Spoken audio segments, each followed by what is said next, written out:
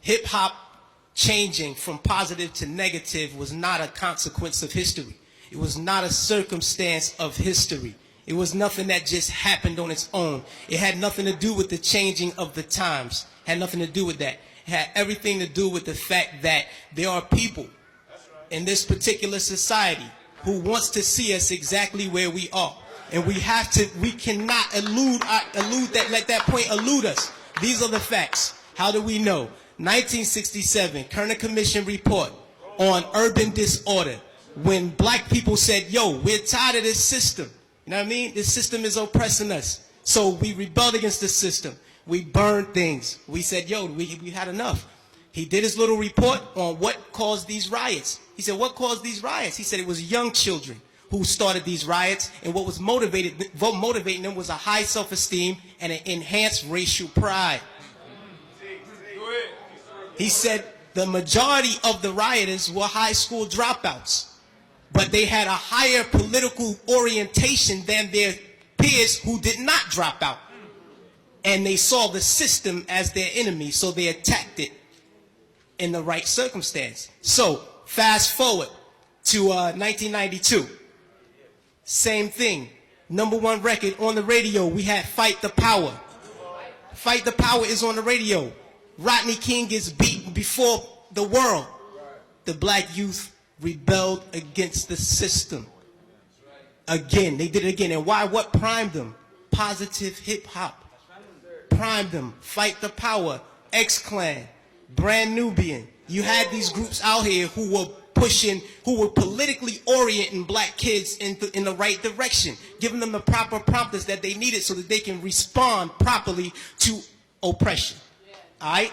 In 1967, when the riots happened, he saw that the self-esteem and the racial pride was fueling this. So he said, how do I bring that down so that they will not riot? And what he did, he flooded the airways with black exploitation movies. Nigga Charlie and the Return of Nigga Charlie. These were movies. Hip-hop didn't start calling people niggas. We had Shaft. We had Coffee. Black girl turned prostitute to do whatever. You know what I mean? But these black exploitation movies brought down the self-esteem and the racial pride so that the kids will not rebel against the system of oppression.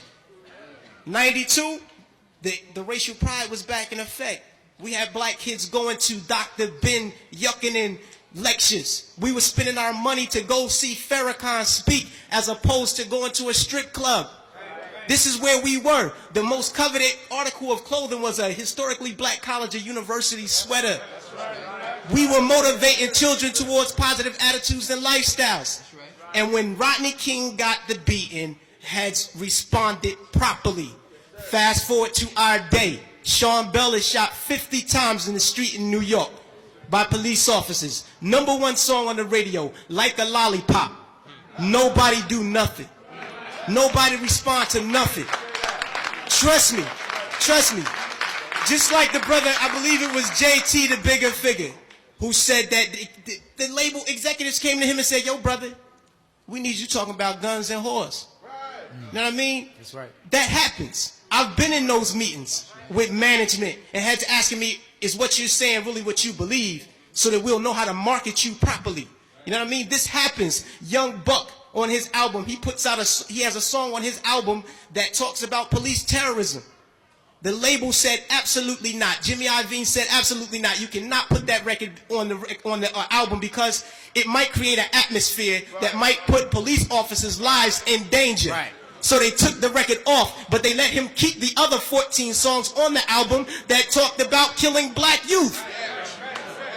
So this is what we're dealing with. We're not dealing with a circumstance or consequence of history. You know what I mean? The environment that we're embedded in puts us in a situation where we feel we have to maneuver and play the game and water our message down. You know what I mean? But no, what happened was they intentionally shifted the paradigm to get us exactly where we are right now.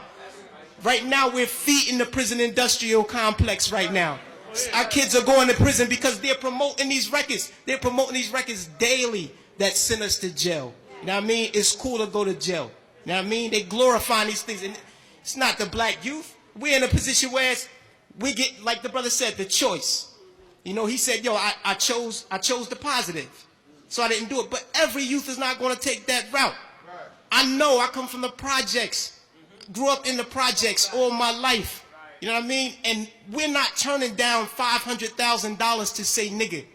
We're not going to do it because we won't turn down $200 to take a package of crack from one corner to the next. You know what I mean? We living in a state of poverty and want of all things. So it's hard for us to make that. Our judgment is clouded.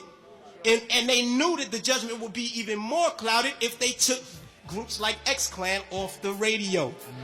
This is just what it is. And until we start to deal with the environment that's shaping the behavior, we'll never get to the next level.